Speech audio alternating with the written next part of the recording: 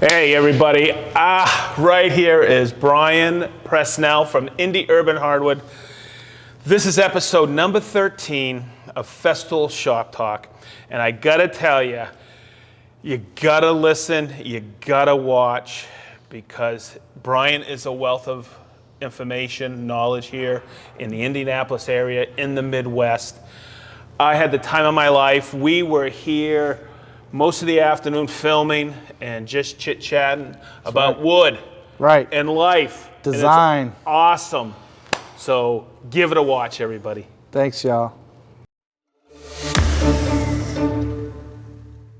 Okay, so this is a little bit different fare, everybody. Welcome to Festool Shop Talk, live from Indy Urban Hardwoods here in Indianapolis. We are with Brian Presnell, a really good friend of mine.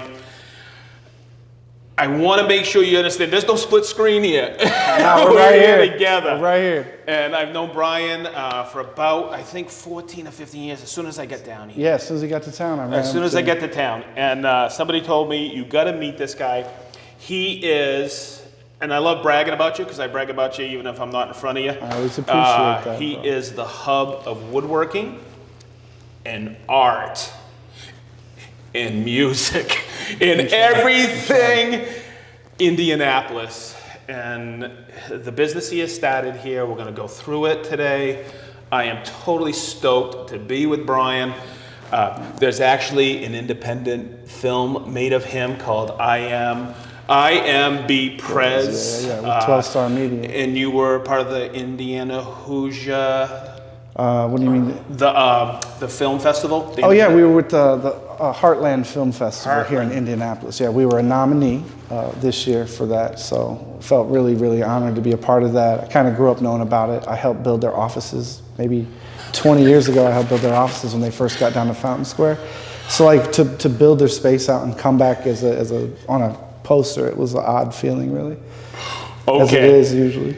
Okay, so I'm going to try not to interrupt you. No. Because, man, you are unbelievable. But here's what I want to make sure we get the flow of. Because we're going to walk around, we're going to do a shop tour. Brian has been real gracious to have us here at Indy Urban Hardwood.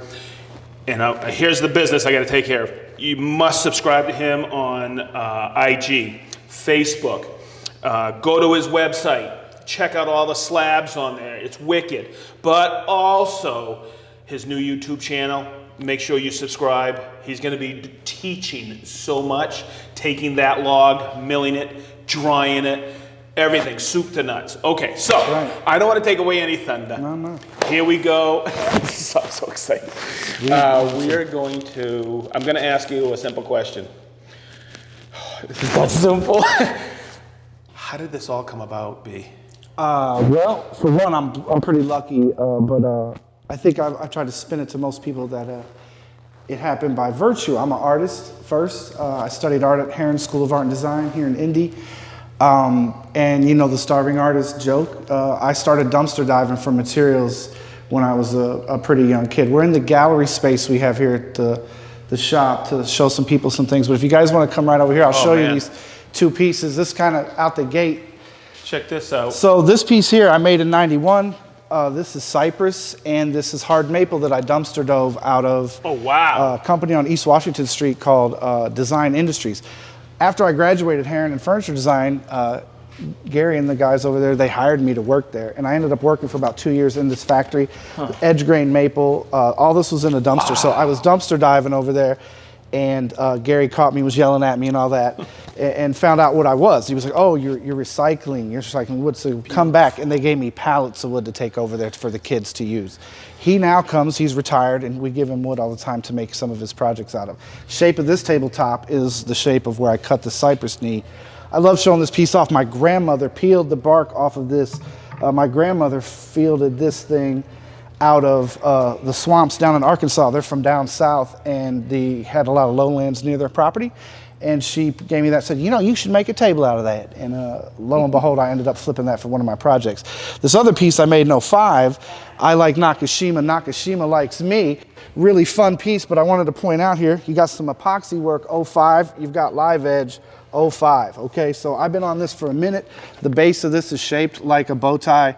If you remove this bottom, you will see that the drawings in it, I did it on a bar. You know when you go to a bar and they give you a little piece of paper for a placemat? It just hit me. This Nakashima thing hit me. I said, oh, wait. I drew this fun little table and I went back and I did it. I made the bow ties gold. You know, Nakashima kind of brought the bow tie into play heavy out of World War II.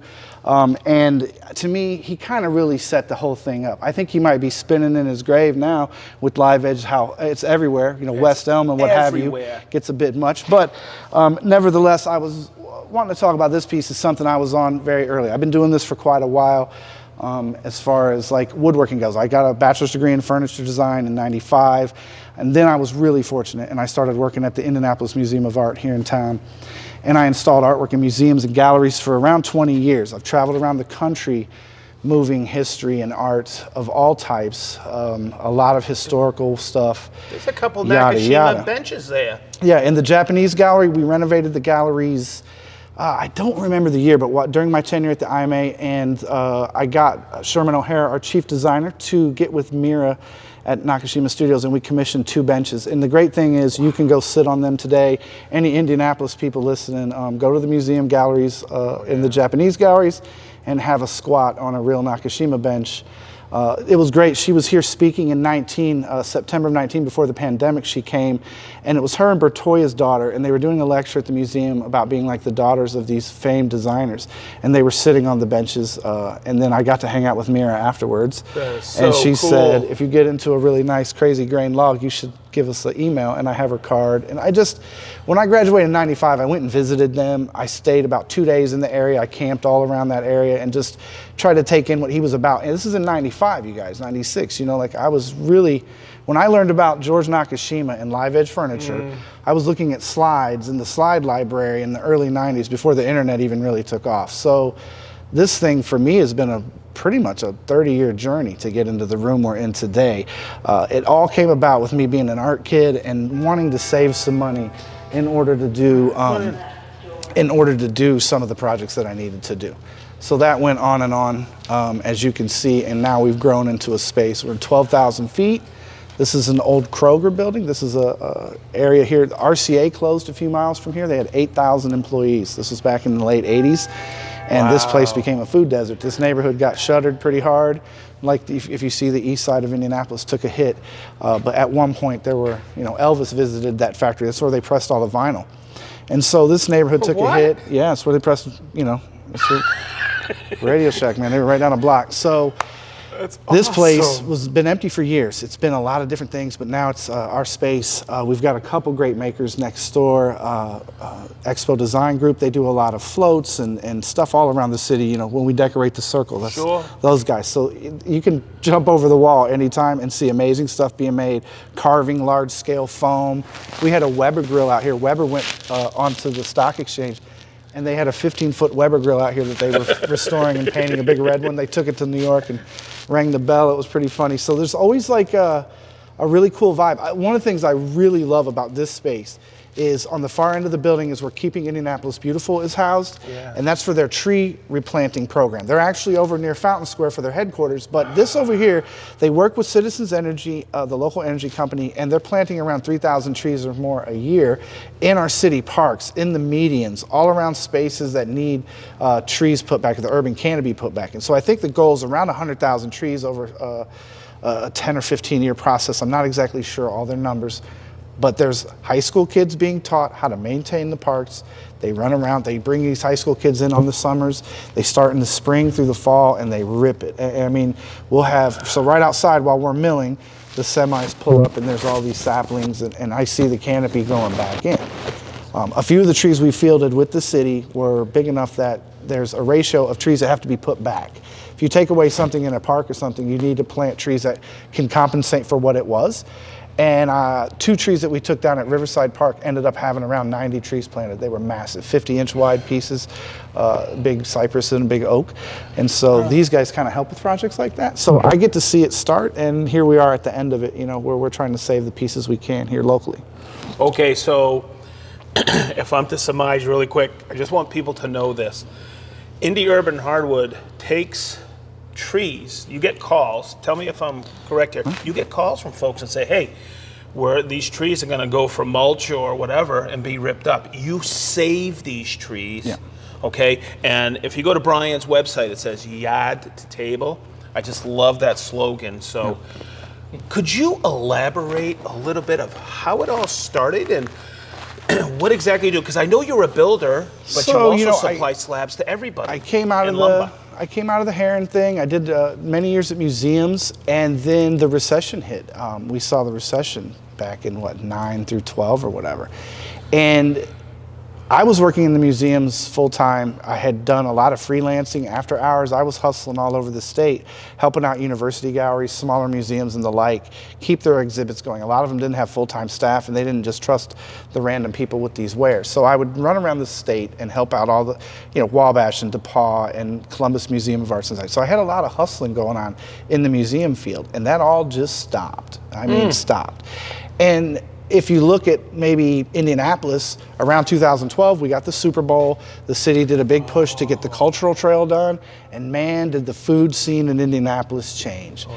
And I was a part of that in that I took my skill sets that I had learned from the museums and the designers and all the different people that had helped me, and I turned around and started helping my friends who were local entrepreneurs build their first spaces.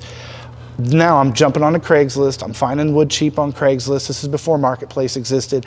Or I know some people with a saw. We're going to barns. We're trying to find wood in different ways instead of just running to the retailers, because we all know walnuts and mint at a real retailer. So I really started to recognize that there were sawyers outside of the Indianapolis area that had board foot prices that were a seventh or less of what retail price is. Of course, it probably wasn't kiln dried. Of course, you can be a wood scientist and tell me you can't dovetail my wood, but we were making bars and pub tables and things like that, just getting these spaces off. And so what I started to do was run around and try to help the local people. And I mean, we can run through a list of this Indianapolis crowd of restaurants: 20 Tap, Bluebeard, Flatwater. I helped John a little bit with Milktooth, La Margarita, the Hi-Fi Music Club. Like, there's probably 40 to 50 local clients that we have for real that are restaurateurs or, entertainment venues or coffee houses, you name it, that we've laid out our urban lumber inside of. And so a lot of those folks are my friends already. For me being an artist, having exhibits all the time, I was always self-promoting myself here in Indianapolis. When I gave, the idea of Indy Urban a real run and we jumped into this thing, I already had a pretty deep list of really connected cultural friends. You kind of brought it up that I know different folks in the community. I know a lot of artists, a lot of musicians, a lot of DJs, a lot of music, club owners, restaurateurs. All of those people started to rely on us. We've got cheese boards around this city. We've got our tables everywhere. We try to just supply those folks, and we work with different designers and builders and the like. Now, the other side of it is we recycle enough wood and kiln dried in our kiln here that we can retail wood to the people at large around the community. Look so we got a lot of everybody. There's a lot of do-it-yourselfers, designers, fabricators, people the like. Now the bigs on the outside walls, as you can see, they've all been flattened. We'll show you our flattener here in just a little bit. Cool. We've got the Wood Miser. What is that thing? Boy, you have a lot of different 200. species in here, don't you? Yeah, there's a lot of native hardwoods here. Mostly all domestic hardwoods. There's hardly anything that isn't grown here inside of 465, and that's our Marion County is here in Indianapolis. Wow. So one thing about all of this is that we have Wood Miser. You can see the banner above the door right here, and that's the saw that we use. Wood Misers are made and based here in Indianapolis, Indiana. I actually grew up in this crazy apartment complex across the street from them. And 30 years later, I get to go back and start to work with them and ask them, hey, what can we do about urban lumber here in the city? They didn't really know me initially, and I always laugh about it. I asked them for a kiln, and they were kind of like, no, because they get those through Nile. They're rebranded to be the KD 250. It's a Nile 200, but they didn't want to give us a kiln because they buy those things. Now, they gave us a log arch and helped us not break our backs in everybody's yard, but very soon after that, they wanted to shoot a film, and if you get on YouTube and look up Wood Miser and Indy Urban Hardwood, they did an episode for us about an urban lumber series, and then they went around and filmed several other people, Van Urban Timber, a couple people out east, and they ran around and filmed them for a little while. So we were episode 1. We were very fortunate, but they have really helped us out on so many levels, just tutelage and guidance and mentorship, and then they've helped us with some of our machinery and stuff, and really just taking care of us. I feel so fortunate in that they're down the street. There's so many of you guys out here that are milling, that are out away from the Wood Miser dealerships and these troubles arise, and you feel like you maybe have your hands really full. I am kind of a spoiled brat. I can throw the thing, as long as the wheels are rolling, I can drag it over there and ask them, what have I done now? What have I done here? Because whatever the machine's doing wrong is probably a user error 90% of the time, in my opinion. And it's just, I don't mean to interrupt, but I'm just always blown away when I walk in here, because when I first walked in here and I was looking at slabs, I would always ask you, where do I get it flattened, right? Yeah. What's your retail time? Monday, Wednesday, Friday, 9 to 4:30, Saturday, 10 to 2. If you really are just in town for a minute, you need to see us, just hit us on Messenger or something. We always do appointments, not a big deal. Everybody's Love invited. That.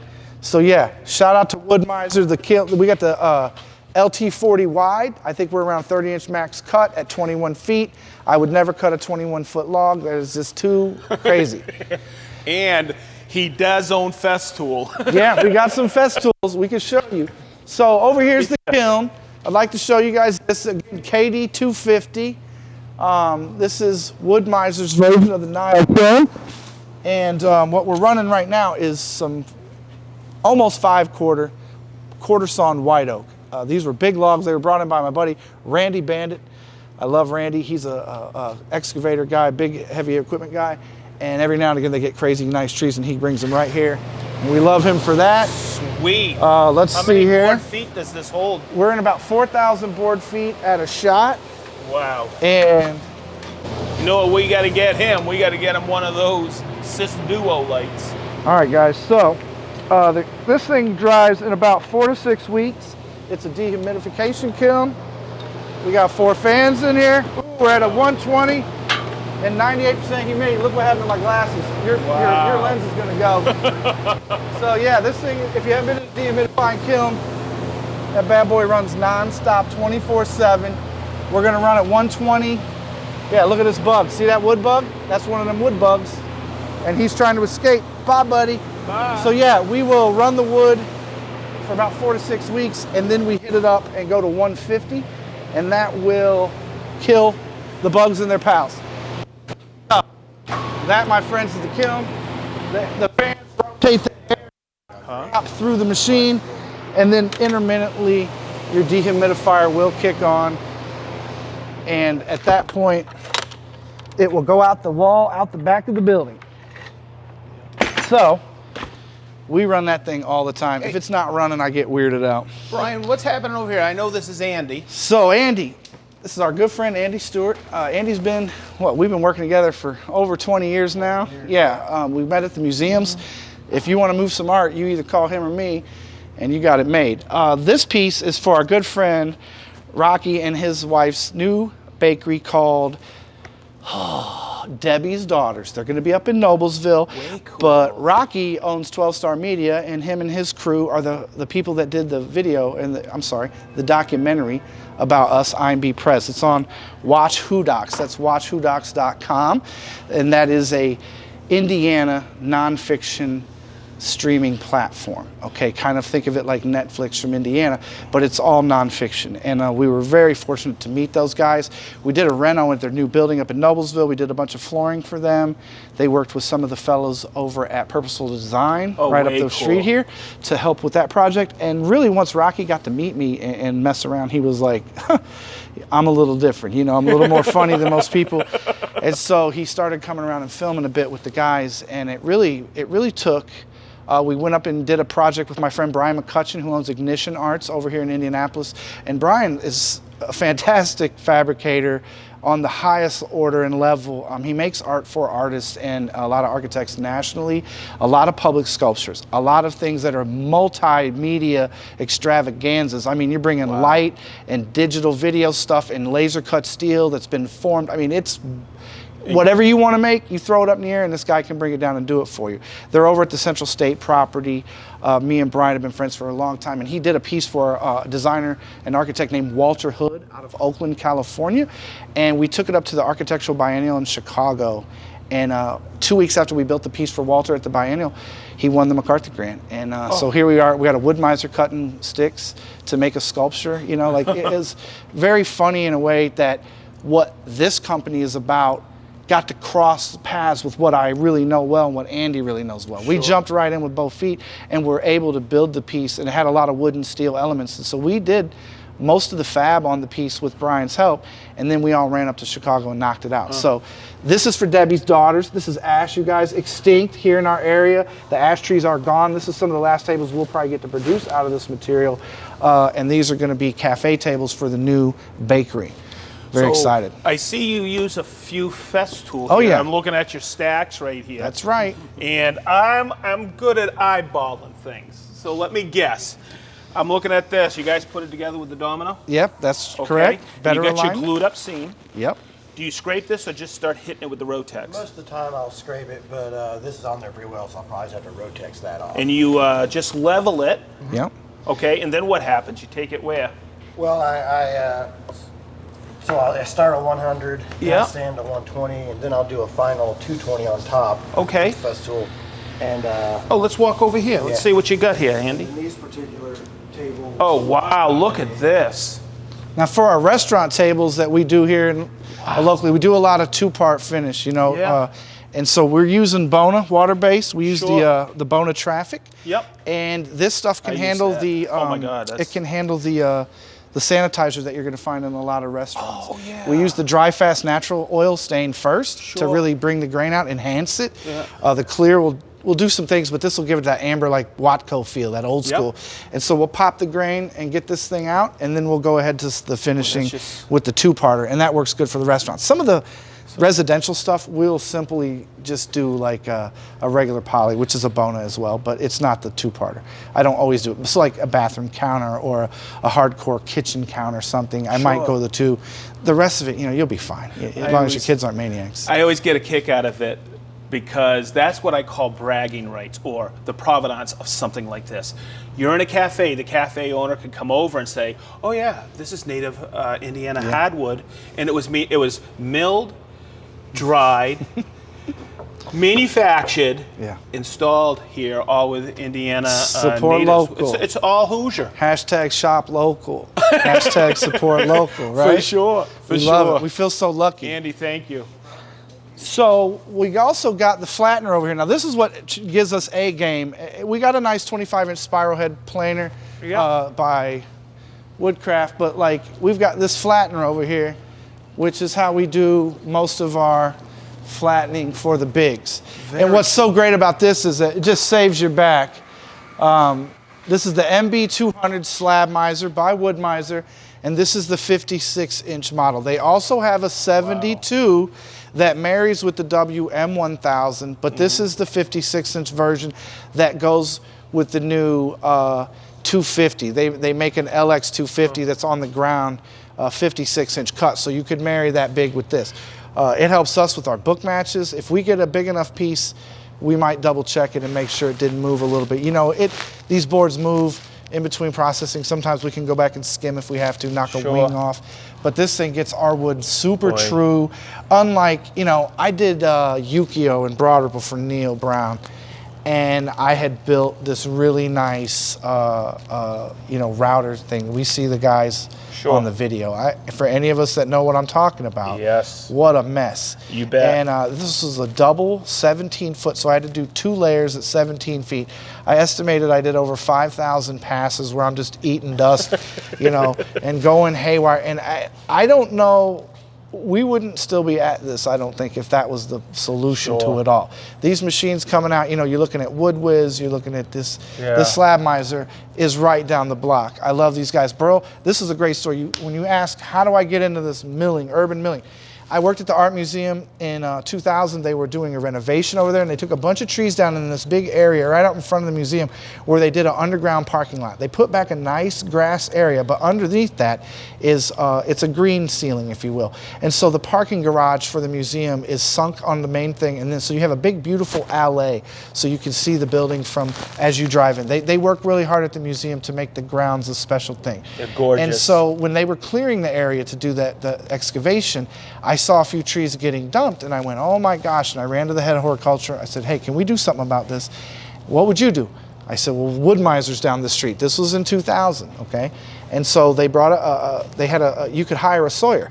And Burl Tinchner is a fella, and he owns a CNC manufacturing company here. I can't believe I'm losing it right now. But it's all good. Burl worked at Wood Miser back then. Sure. As a designer guy and all that, but he came over to the museum in 2000 and we cut up 3 or 4 big logs. And then I started learning how hard and heavy wet lumber was and green lumber and all that.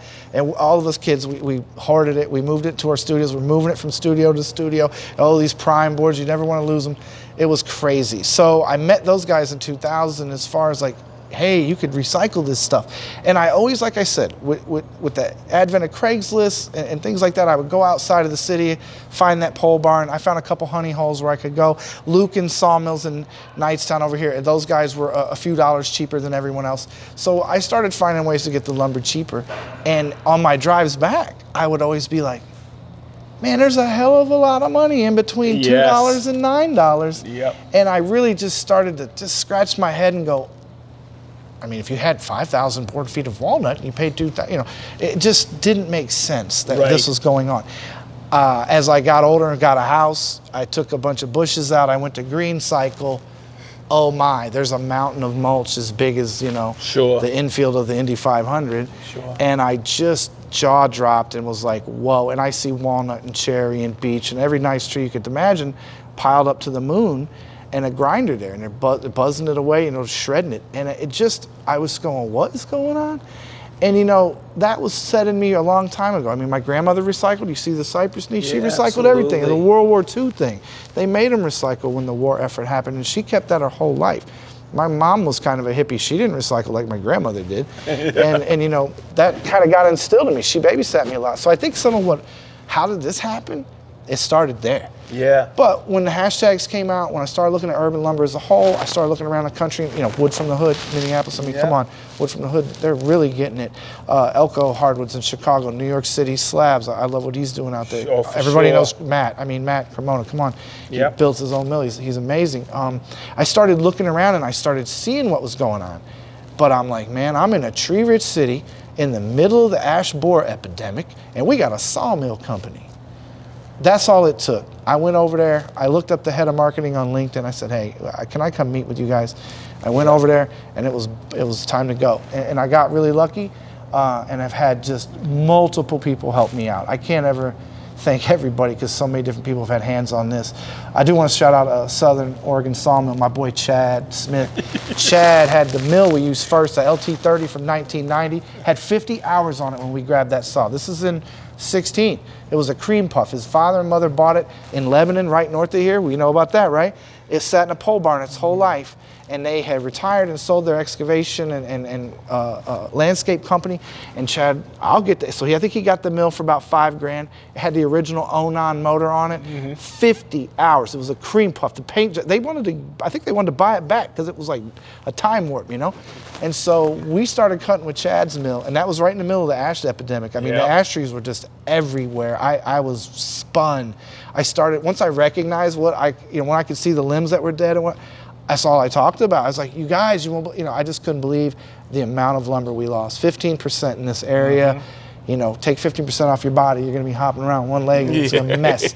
And so you guys, it's always hard for me to try to let people see what I saw there. Piles of wood to the moon, and it just, is our air quality different? I don't know. It happened fast. So that's kind of our backstory. To get into this space is a lot of hustling, a lot of connections and people and conversations. Passion. I'm a passionate nut. All I talk about is this pile of wood. I mean, I remember when I came down here, you said there's something wrong with my 75, and I came down and I was picking up a slab myself, I think. And what was funny was I just drop the saw and cut it in one pass. You go, what? One pass? You're Yeah. crazy. But I ripped it. You guys were always doing 2 passes. Yeah. And then I brought down a rail, and you're like, whoa. No. He's always helped us. But the thing that's cool about it is, yeah, you have the big machines, but man, you use the 75. Every time I'm in here, Andy or one of the other guys is just wailing on the Rotex. Yeah, nonstop. And it's good to see that it's just a nice mix of everything. They work great. You know, the Festool kit really does put you up. I grew up with Porter cable sanders and all these little. These tools are pro tools. I mean, if you have to be able to afford them to make the money. If you afford these tools and you use them the way they can be used, your money will come in your objects because you can do so much better. We could all argue the Fest is too expensive for their track saw. It's one of the best tools I've ever used, and without it, you know, we can go to the book match now. Let's put our money where our mouth is. So I was really fortunate. Natural High Tree Service. Lead-in. Natural High Tree Service is my boys here in Indy. I love these guys. Mike Sorensen really gets what we're about, and he brought us this box elder. This was a massive tree. I was shocked when it came in that it's a book match here, and we're pushing 20-something wide. So as soft maples go with the pink in them, here you go, King Kong box elder. Mike brought this into us. It was punky. You know, you see some of the stuff we've had to do to try to harden it up. Oh, look at that there's a book little bit of match. work, but that happened laser straight with the help of our track saw. And without that, it's not going to happen. So That's a the perfect domino book match. joiner, the Rotexes, the track saw are in steady use every day at Indy Urban Hardwood. And I will tell anybody that comes in here, how are you doing this? I go off and I pull out my phone and I'll show them Instagram and I'll force them through it. You know, I'm passionate about sharing. You guys are up the road, you've helped me a ton. They have always come down and been like, oh, this is what you need. It's funny, like some of the people who have helped me the most, Byron, who's at Nile, I call Byron about the kiln. He'll tell me one sentence and it'll make a whole year better, you know? Yep. And you're the same way, Sedge. You guys have come down here time and again and been like, oh, our saw was out of adjustment and we didn't understand what that was about. It was jumping around. Any of you got a track saw? If it's not a laser straight cut, your adjustments are out and you need to start studying. So that helped me a lot. It's a little twofold. I'm going to be a little honest with everybody here. He knows I also come down here to check out the slabs that you have going on. It's only a I part am of it. so blown away every time I come down here. I feel like I'm back home with you. Yes, it's awesome. Okay, so another question for you. What's the base going to look like on this? Oh yeah, so we got the legs right here. I really got Check it out. geeked up on these. We cut box elder. You know, this tree came in Wow. and one of the big limbs. So I made the slab. I kept the whole bull, picked the best slabs. I got all the best pieces I could for these, so they're all fired up. Here's the plates that we use. Oh, sweet. We drop a 1/4 inch off our table leg height, and we work with our friends at Warner Steel. Warner's right down the street. Indianapolis fans, get a hold of Warner. Brock is amazing. Brock cuts all the holes for me on CNC. So we've got our slot here. If you guys want to get in tight here, we do the 1-inch slot. We come in with 1/4 inch hardware to hold these, but that gives us the chance to let the wood expand and contract. We bring our washers and bolts just down to the plate. We don't hammer them down like we're trying to put a tire on our car. We just get them close, and that gives our tables the freedom to move a little bit.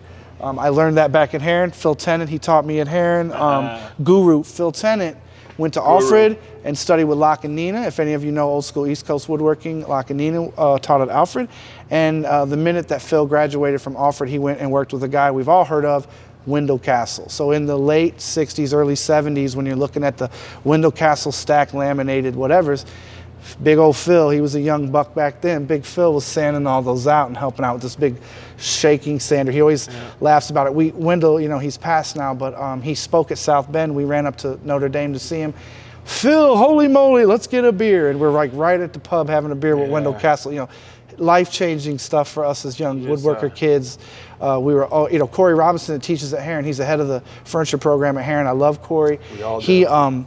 He was not 21 yet, and he couldn't go into the bar that day up in there. And Wendell said, That's a bring great the drinks story. into the lobby. We can drink out here, right? And they go, yes, you can. So the grown-up sat with Corey. He kept Wendell Castle out of the bar that day. Yeah, that was cool. He cool was stuff. tenured at, and he had the design program at He's at the Heron School. Or, at, what was at it? Wendell. Yeah. At, Is it- Rochester Yeah, Institute of RIT. Technology. Yeah. He was unreal, and Wasn't Stephen Proctor also involved at that Wendell Castle program? I think believe so. so. I think so. What? That's just amazing how many people. That group over there on the East That group Coast. over there. At RISD, I mean. Oh my God, at RISD. Sure. Back when I was a kid in the early 90s, man, I mean, you look over there and just be like, oh my. Here's what I'm blown away at. They weren't playing. Here I am. I'm in Fort Lauderdale, my cabinet shop. I get this job with Festool, okay? And I come up to Indianapolis and, you know, I asked somebody, hey, what's in Indy? And they go, oh, corn and more corn. Yeah. And I said, okay, whatever. I didn't realize what a crucible of woodworking Indianapolis is. Yeah. I mean, everybody's just listening to Brian talk, but it really is. Yeah. And then I find out, hey, can you go down to Heron School of Design? I go, what's that? Mm-hmm. And I meet Corey, and I realize, as I travel now, how important a design school Heron is. Yeah, Heron's not playing. My God, what a great school! And then I meet you, and you're a graduate. Corey, you know, me and Corey were students together. Yeah. He's from up in Tipton. He grew up similar to I did. He didn't have a heck of a lot. Corey Robinson's raised over $2 million for those shops over there at that school. The school-wide shop that all the kids use in the furniture shop are world class. I put that gear, and you guys helped. And there's a wall of Festool in there. I had no idea. I said, you guys got Festool here? And Corey goes, come into my office. I went, yeah, he did it. And he wrote a big grant. He was real fortunate. He studied with Wendy Maruyama at San Diego State. So back when we were all kids at school, Wendy came to speak at Heron, and I think really she was recruiting for the next level, you know. And Matt Hutton, who's out in Portland, Maine, and teaches at Mecca out in Maine, Matt's hot stuff. That's Is he from Heron? Grew up in Fortville, went to Heron with all of us. We all chummed up and, you know, gotta be kidding me. Streaked down Penn and all that. You know, we were college kids. We didn't know what we were doing. Art School Confidential, you know what I mean? So Matt and Corey and I all went to school at the same time. Those two went on to be professors. I moved art for the museums and the Ritz. You know, we all went our own way, and we're all back to being heavy makers. You know, Corey runs the program over there. They've got a master's degree. You know, he's spinning plates like the guy on Johnny Carson. I know. He's very busy. We've got our thing here, you know, and Matt, if you guys check him out, God, Matt's studio, he's on, look up Matt Hutton on Instagram. Check out Matt. Will do. His studio, no. Like, we all like good makers, all right? This kid, he's not playing. He went to Japan for 2 years when he was in grad school, and Matt's on it, man, and I'm proud, and I love that dude.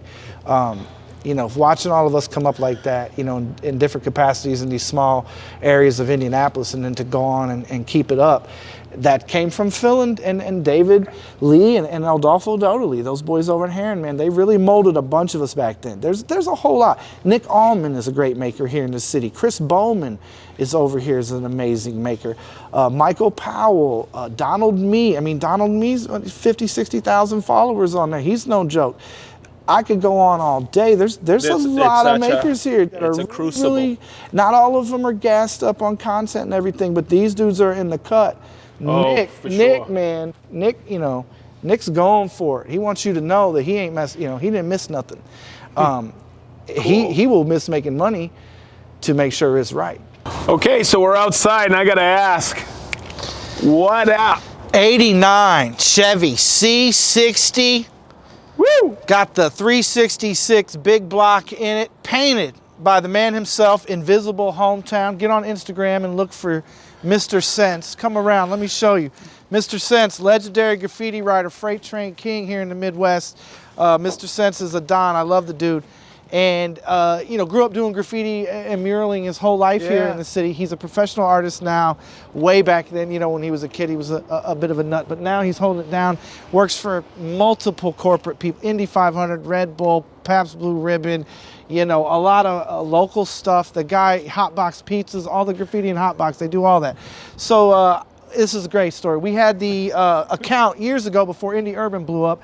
I was fabricating and doing whatever I could artistically, art services. Flex, our friend up in Chicago, Felix, he says art services is what he does, because we can kind of do anything. So we had an account with Jägermeister. Have you guys ever seen this orange before? Jägermeister had us going around. Something called Fireball came out. And Fireball caught fire and was really killing the Jaeger bomb in the bars. And Fireball had hired these two really cute women, beautiful women, to paint these murals in the bars during the football games and what have you. It was almost like going to Hooters. So they did this mural project where the girls from the other company were painting, and it would take them like 2 and 3 days to do the mural.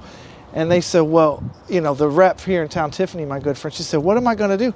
I said, well, let's do like Banksy does. Let's make a big stencil. We could go bomb 10 bars a day. And so we cut an 8-foot by 8-foot CNC stencil with the Jägermeister logo. We bought 5 cases of Montana paint, and we were off to the races. Bloomington, Lafayette, you know, Muncie. I'd been everywhere. We'd run in the bar, we'd put the stencil up, boop, boop, boop, boop, and we're back out the door. Nobody saw us, nobody was clapping or tipping, none of that. We just got it knocked out. Years later, the count died, and I found, we'd moved, and when we moved, I found a tub of orange paint. And so when I found this orange paint, I said, Dan, I just found all this orange paint, and it looks just about like Wood Miser's color. You can see, whoop, whoop, whoop. So we started messing around with the idea to paint the truck. We sanded it the best we could. So we didn't go too hard on it. I didn't saw a $20,000 paint job, but Mr. Sense painted it for us and hooked it. And you know, Go out, you bring it out with your Wood Miser and your... So we pick up logs, we do some deliveries with it. Every now and again, we'll get downtown in the middle of it. Yeah, so here's the log yard. It's not the biggest log yard, but we're processing. We've been cutting a lot lately. Our sticker pile here, we work with a couple mills that recycle stickers. You got a shop cat? You've got a bunch of walnut over here, walnut in the middle. And then this is for Neon Architecture. They're a local architecture firm, and this is a house that's being built over by Eagle Creek. We're recycling some black locust and cherry out of that property. Wow. So the trees came right from the property, they're going right back into it. We're gonna do some outdoor decking. The black locust tree here is like the North American Ipe. Yep. Very, very rot resistant. I'll show you a stick right here. Look how bright green it is. Wow. Super crazy looking. Here's the cherry. So here's a few boards left over, but look how crazy green that looks. I mean, those two next to each other look nuts. Anyhow, look at the UV. You ever hear about UV? Look at the difference between where that board just got moved. This has been out here for maybe 3 days, okay? But these are thicker pieces that were left on the mill. All the dimensional stuff we needed are back on the sticks. And so we're cutting that project actively. That stuff will go in the kiln. Hopefully we'll dry it a few months and then go in. That's coming off that property. Yeah. You're milling it. Yep. Drying it, flattening or whatever. Possibly, yes. Okay, and going back to the house. Going right back to the house. We call that a boomerang project. Boy, so, is that unbelievable. We did a public library here in Indianapolis, 45 trees. It's the public library at 65th and Michigan Road with KRM architecture. And you know, you go in there, the kids' tunnel is made of recycled urban lumber. The desks, the reception desk, the bulkheads, like all the reading tables. I go in there and the place is full of the community. All the kids are on computers, everybody's working. It's an amazing little situation to be a part of. To have it all come from there and go right back. It's amazing. It's really cool to see. Now, 150 years ago, you had to, right? When you pull a mule around, you build a cabin, and you go hide for the winter. This is now everybody just calls Lowe's. All right, so this is our production shop where we kind of make a lot of our parts and what have you. We also got some of the old artwork in here. Oh, cool. I had an IMOCA show in 06. That's Indianapolis Museum of Contemporary Art. We had a painting show there in 06. This is your artwork. Yeah. This is a woodcut I did back at Heron. I mean, here's another early 90s piece. This is a woodcut I did and it became an end table. I could show you guys images, but I made end tables and I did woodcuts. I painted in all that background and I rolled it out and made prints. So I had prints of my own tables. That's cool. Face jugs. We've done a lot of local art shows here for the community where I invite artists. You know, over the years of installing all these art shows, not only for the big museums, but for the community centers, and being an active artist in the community, I've met a lot of the local people here. Yeah. And so every few years, we try to do an art show where I invite people to come over to our place and make some kind of art. We've done the face jug thing twice. Corey Jefferson, who teaches at Heron, is a ceramics professor. Sam, my good friend Sam Welsh. We've had multiple potters come over and help throw face jugs. So they'll throw the jug and then different artists design every jug. Now I tell the artists, the friends of mine, hey, if you want to come through and do 2 jugs, we'll put one in the auction and we raise money for inner city kids to go to youth art camps in the summer. I kind of grew up in a crazy situation at home, and I was really good at art, and my junior high school teacher said, hey, in the summers we got to sing, you want to be a part of it? And so I started, during the summer when it could have went crazy for me, I was going over to my junior high and making pieces. I ended up winning first in state, doing a silk screen. I made a lamp. So I maybe for the first time I got recognized making things was out of a at-risk kid youth program. Yeah. It saved my life in a way, or got me set in the right path, if you will. And I really recognize my position in the community right here, right now. I'm 50. I'm like, yo, how can I help some kids? And I can see where they're at. I've been on those porches. I've seen what's going on behind the scenes with those poor kids. And so we try to work with the different people we can. We did Art with a Heart here a few times in Indianapolis. We got the Harrison Center for the Arts and Joanna Taft and them. They're a great community art center here in the city. And I worked with her like a year ago. We did cheese boards of all things. We made a whole bunch of charcuterie boards, had all these different artists do art on them, and then we covered them with epoxy. So they're not like your standard wood cheese board or whatever, but they got a lot of art on them. They're like kind of maybe the form of the charcuterie board became an iconic art thing. And so we've raised, I think, around $7,000 so far with that one. So we had, so I can, get my friends to come over, hang with them, make art, and then we try to donate it all to some kids. It's a win-win for me. It's a good art therapy. Me and the people get to hang out. We'll probably do something later this year because with the pandemic, we've had 2 years off. I haven't hardly seen anybody. We're all holed up trying to make the art. So I know. I want to bring people back around and see if we can get another one hitting. But last year with Joanna and them, it really went mostly during the 2020 pandemic. I would just leave the boards out front that people would pick them up and drop them back off. And it got pretty deep, but we kept it going. So we helped out, and I love them over there, and I'll try to always help these little spaces the best I can. I helped them hang their art once upon a time. Now I can come and donate. I feel really fortunate. So those are, some of the art in here is all part of this history. Okay. So, dude, how did the documentary come about? Oh, wow. So our friends 12 Star Media, check them out on Insta and Facebook. 12 Star Media is a filmmaking group here in the city, and they find ways to find passion projects that they can work on alongside of what they're usually being paid to do. And they happened to buy a building up in Noblesville, and they were renovating the building, and they wanted to do some flooring and stuff, and they used some old wood that we had recycled. A sawmill here in town closed, Woolly Lumber, and they were going to mulch all their material. They were going to mulch it all. Already milled and dried hardwoods. Wow. I said, wait. He said, oh, you're a wood kid. He just started giving me boards. It was nuts. I flipped those into stuff for Rocky, and they end up making the flooring. As we're going along through the project, he's like, you guys are really interesting. I really like this recycling component. Do you mind if we film you a little? Oh, wow. And they started the journey with us, and then 2020 hits. I thought we were struggling as a company coming out of 19, very much so. And I dropped a video with them. They made it for me, and I put it on Insta. Very heartfelt message to our community that we may not be here if we don't have more people coming and getting lumber. And that really cemented our relationship. And then again, January, they film it. February, we drop it. March, the whole world closes. I told you guys, I build restaurants and bars and stuff. Like, all of my friends' spaces closed. Nobody could work. It was wild to watch. And they kept filming during that. So they followed us initially as a woodworking urban wood company. And as time went on, man, I'm just a guy who has a company, and they kind of opened up to what I'm going through as a person. 2020 was really hard on me and my crew around here, and just all of us personally had people we lost and everything. The film covers all of that. It's on Watch Who Docs, watchwhodocs.com. Subscribe. It's about $10 a month, and you don't have to stay on forever, but you can definitely get on and enjoy some of the Indiana content.